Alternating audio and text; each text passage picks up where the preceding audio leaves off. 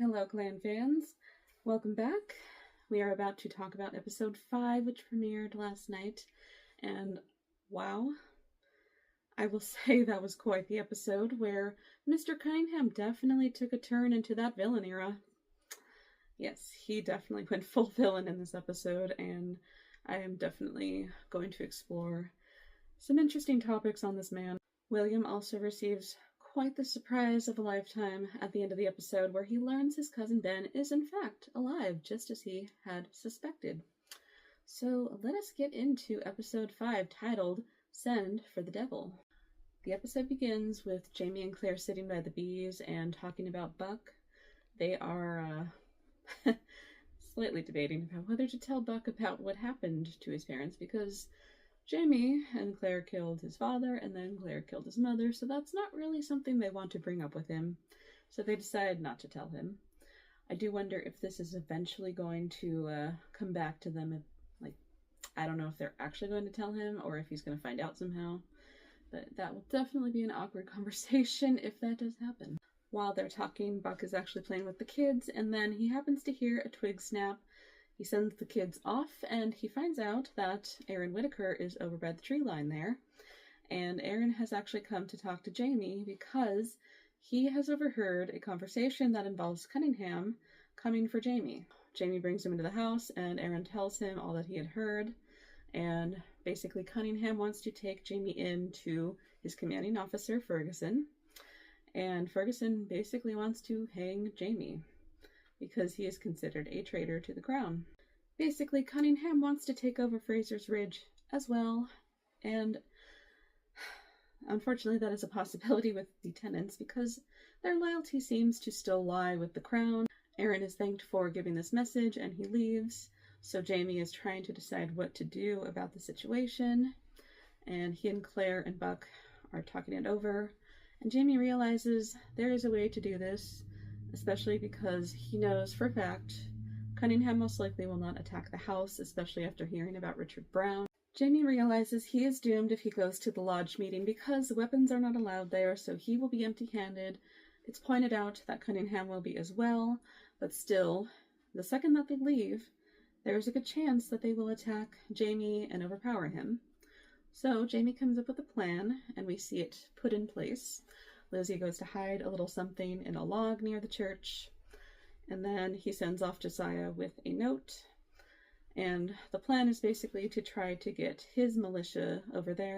The only issue is that they are not trained and not ready, so we will have to find out if they will be able to fight as soon as possible. Right before the meeting, Jamie is about to leave, and Claire is concerned about the plan because plans don't always work, and they say that's why they call them plans, but Jamie is maybe 50% confident this will work. I think he's also a little comforted by the fact that he's technically not supposed to die at this point. Of course, Cunningham does not know this fact, so he has a little bit of an advantage here. So Jamie goes to the meeting with some of his Ardsmuir men, and they are sitting in the meeting while a few men, basically list a few complaints that they need to go over and asking for some help on the matters. And Jamie is noticing that Cunningham is speaking to a man next to him, and then the man happens to leave in the middle of the meeting, and then two of them head out the door. So something's about to go down.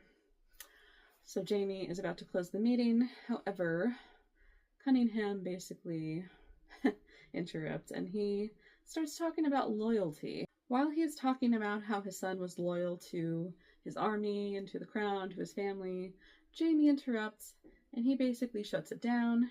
Jamie has one of the men do a closing prayer, and while everybody's head is bowed, Jamie sneaks out, and when Cunningham lifts his head and sees that Jamie is gone, he is mad. So Jamie is able to get to that log where Lizzie had hidden a gun, and Jamie makes his way into the forest, and Cunningham walks out with the men, and he is searching like crazy for Jamie. So this tells you that, yes, in fact, this was the plan, that they were going to attack Jamie. While all this is happening, Elspeth actually visits Claire at the big house, and she is just as nervous as Claire about her son, and it's just interesting dynamic that the two of them have, because they clearly want to be friends. They do like each other and respect each other, but it is a really unfortunate situation that they're in where the two men that they care about the most are very much at odds right now. And at one point, Elspeth even gets huffy with Claire because she points out how she's not so worried about her son since he still has 5 years left, according to her grandson's dying message. And Claire says that must be a comfort to know that, and like she gets kind of testy with her. But Elspeth points out, like, well, your husband basically deserves what is coming to him because he is a traitor and he was pardoned, but he basically said no to that pardon and he deserves to be hanged, basically, is what she says. And it's not really a good thing for her to say and admit out loud, but interestingly, the second she has said it, her mood like makes a 180 and she goes back to, I think we were about to pray. Claire, interestingly, seems relieved by this, and it's interesting to me because Claire usually doesn't take, like, offenses very well, and what Elspeth just said was very offensive, but I think a part of her just is so on edge right now that she does need that comfort. So it's interesting to see how she reacts to Elspeth's words and sudden change in mood. And I also want to say that I really liked how the music in the background changed with this moment too. How it was so tense when Elspeth was speaking her mind, and then right as she changes her attitude, the tune changes into like a lighter melody, and I thought that was really well done. In the woods, Jamie goes to meet up with Kezzy and Buck, and they have not seen the militia yet because they were on the lookout for them. And then the Ardsmuir men join Jamie and they tell him all the names of those who are loyal to Cunningham. So Jamie needs to keep these names in mind. Basically, the plan is to go and get Cunningham before he gets him. So he approaches the trading post. He knocks out Crombie. Yes, he's on, unfortunately, the loyalist side in this case. Jamie does not find Cunningham immediately, but he does eventually. And Cunningham is ready to attack. And there is a brutal fight between them.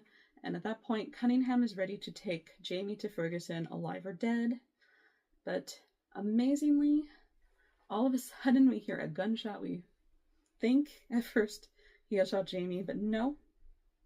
Cunningham has been shot. And by Buck. So that was a twist I was not expecting. Thankfully, and, well, maybe not for Jamie entirely, but Cunningham is not dead. So our villain is still around. He was shot in the back and right in the spine. Not a great place. But yes, he's brought to Claire, and she immediately begins to diagnose the situation.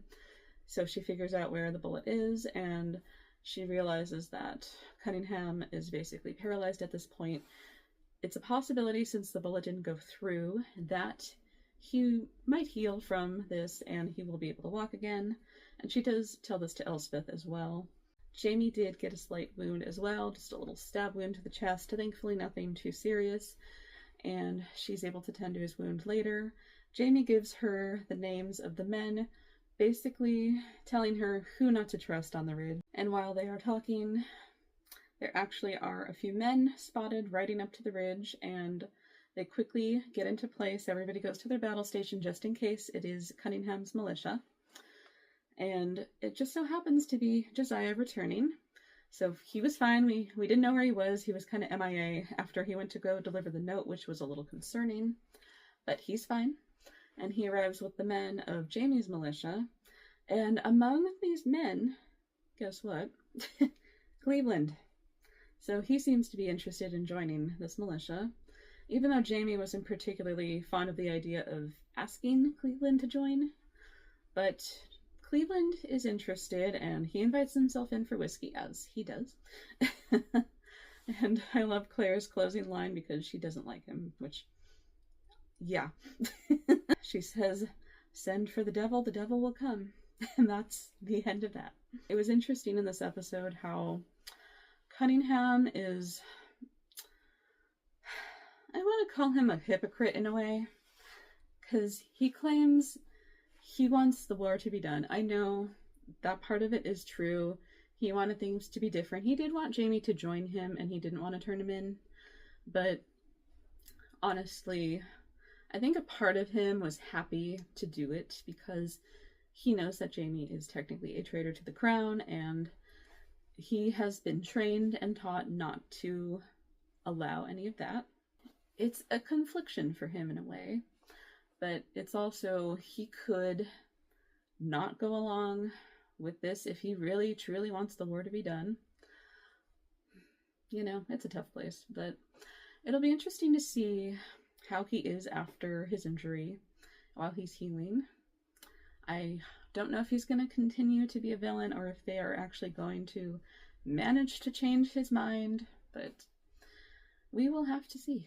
The other subplot of this episode is Brianna at Lord John's house painting Lady Grey's portrait, and while she is, William comes in and he acknowledges the good work that Brianna is doing, and Lady Grey has to excuse herself to feed the baby, and while she's doing that, Brianna and William get to have a little chat. Brianna is basically getting this moment that Lord John wanted, and she's telling William about how hard it was for her to accept Jaime as her father as well.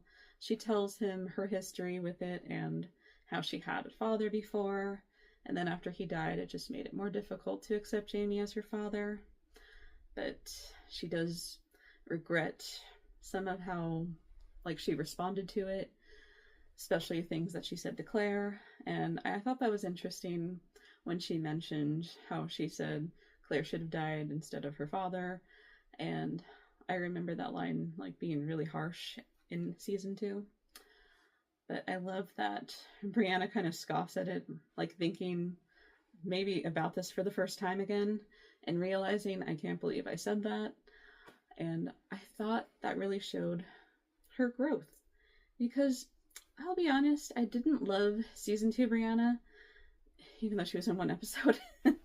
But she really had an attitude at the time, and we could blame it on the age, but also just her learning that Jaime was her father and that she'd been lied to her whole life. It's, I agree, not a good feeling, but she did not handle it well at all. Roger was the one who kind of kept her grounded in the situation, and she needed that. So I love when she's telling William, it shows how much she has grown and how much she has changed in her thoughts. And she tells William that she was also lost and she didn't know who she was. Similar feeling that William's going through. And he asks her how she got over it, and she tells him that she spent time with Jaime. And it was as simple as that. She asks William if he's had that chance, and he tells her, at first no, but then he remembers, oh yeah, actually, Jaime did help me when I was trying to rescue Jane.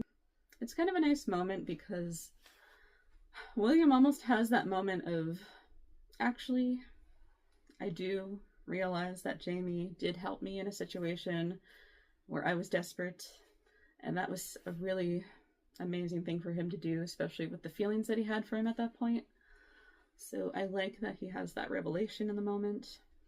So it'll be nice to see him continue to ease into the idea that Jaime is in fact his father. One of the concerns that they have while they're at Lord John's house is they can hear cannon shots and gunshots in the distance, and they realize that the battle is happening.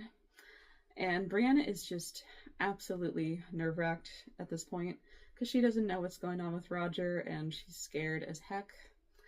And William tries to comfort her, and he actually gives her a little package that Lord John had left them, and it is an American flag.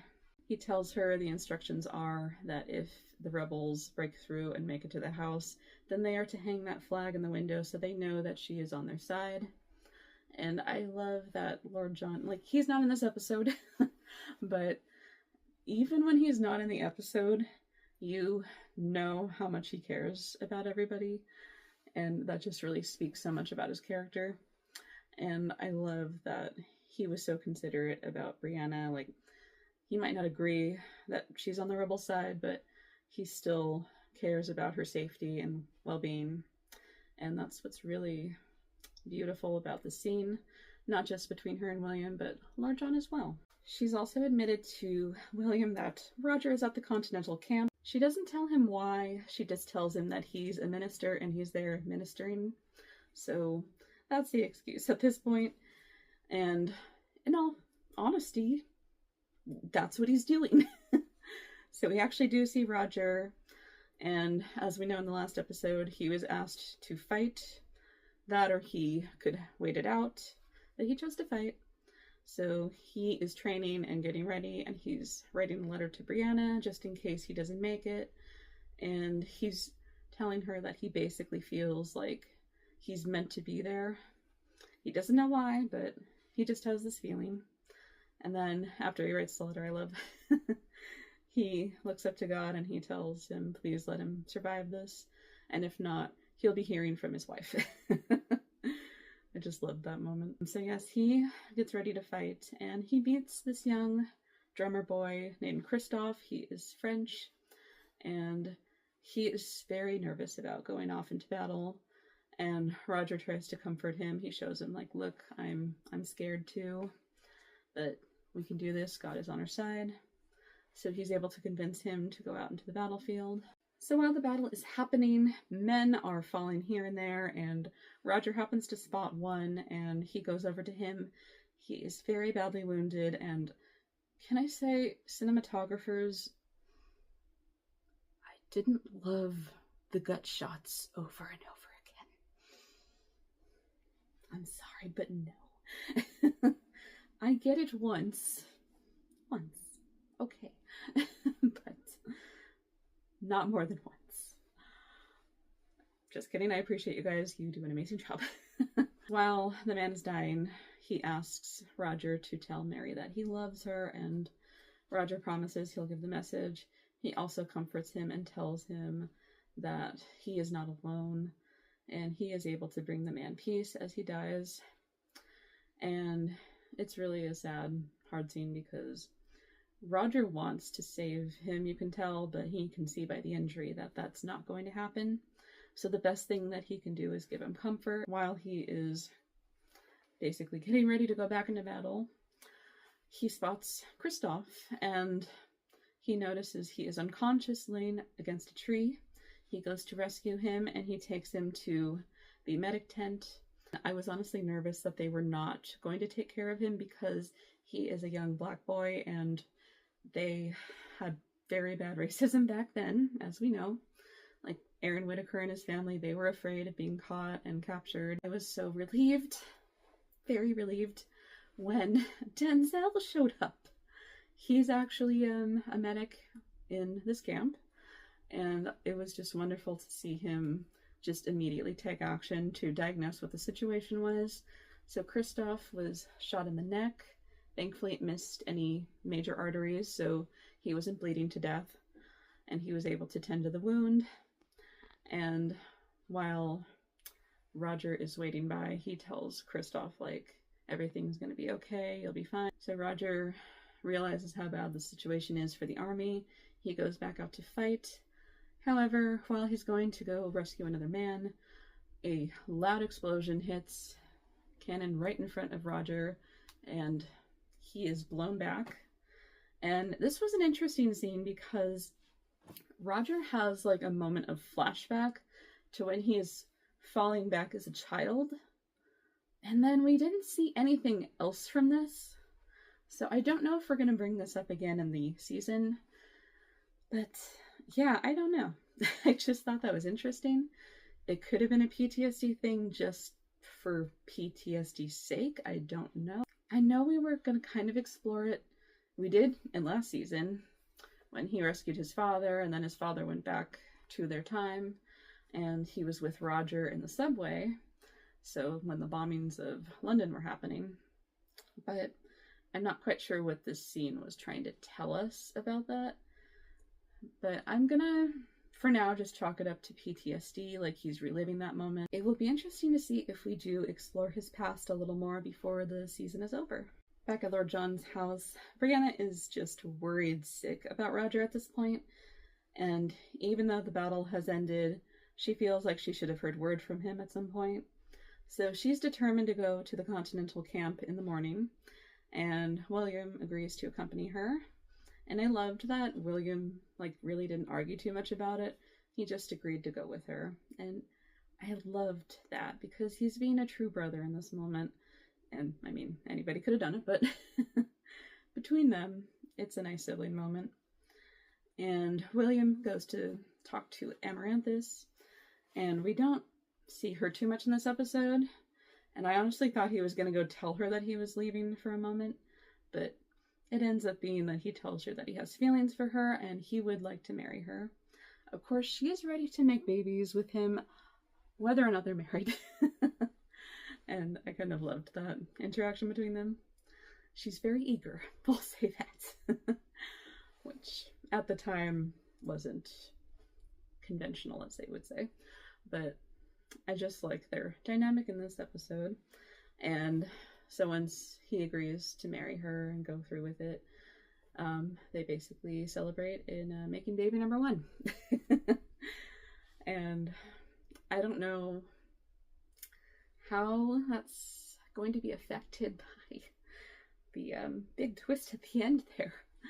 So while William is bringing Brianna to the camp, she's able to reunite with Roger, and I love her being so happy to see him, embracing him, and then she like hits him and she's like, "You scared me." It's like, I always love how we see that with the wives, how when they don't know if their husband's okay, it's first the embrace and then the "you scared me." But yes, they had that moment and it was just so sweet between them. And she's introduced to Denzel, and apparently off screen overnight, we didn't get to see this scene. He learned that Denzel is Rachel's brother, so they're able to realize that they're family, which is sweet. And William also joins them, and he is reunited with Denzel, and that was such a sweet moment. And William decides to stay and hang out with Denzel for a little bit while Brianna and Roger head out. I'm going to guess that they are heading back to Fergus and Marsley's because they have the gold there, and since the musket thing didn't happen, they're probably just going to retrieve the gold and head back home. Unfortunately. I can kind of see where this might be going from the trailer, so we'll not talk about it this time because this wasn't in the episode and I don't want to think about it.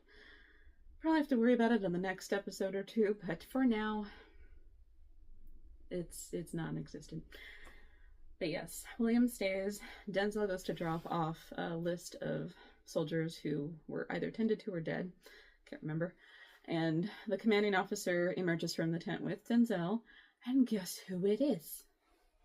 I already spoiled it, but William realizes it's Ben. So Ben has basically become a rebel, and he goes to speak with William in the tent, and Ben's able to keep his composure at first, but then William immediately hugs him, and Ben is like, okay, yeah. And then William realizes, wait, I'm mad at you. You faked your death, and you're with the rebels? And then he punches him. And that's where that ends. So yes, Ben is alive. He is clearly become a traitor to the crown, let's say. And it'll be interesting to see either, this could go two possible ways. Amaranthus is his widow, and that is their firstborn child. And it's going to be an awkward situation now that she and William have basically consummated their relationship. So, awkward situation if that's the case. The other possibility is Ben will tell William, I'm not married. I don't know what you're talking about. Oh, Amaranthus isn't your widow? What? Yeah, that could be the other possibility. So their feelings for each other could be like it was okay, but now, wait a minute, who is she then? So it could go one or two ways there. It'll be interesting which way it does go. But that is all we covered in this episode. We didn't get to see Fergus and Marsley this time. We didn't get to see Ian and Rachel this time. So it was like subplot light in this episode. which honestly makes it a lot easier to review. But I do love seeing everybody, so hopefully in the next episode we will. It looks like we will catch up with Ian and Rachel, and maybe Fergus and Marsley. I didn't see them in the coming attractions, but they don't always show it.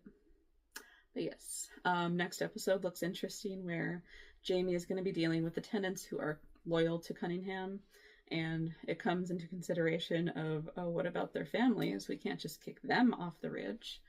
And they're basically begging to stay. So it'll be interesting to see what Jamie decides to do about that.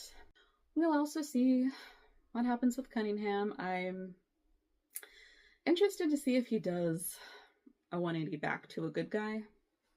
I don't know if he will, but it'll be interesting to see where his character arc goes. And guys, we're halfway done. I had that realization last night and I started to tear up. Because it's insane to me to think that we're halfway through the season and we only have 5 more episodes. And I'm afraid to see where it ends.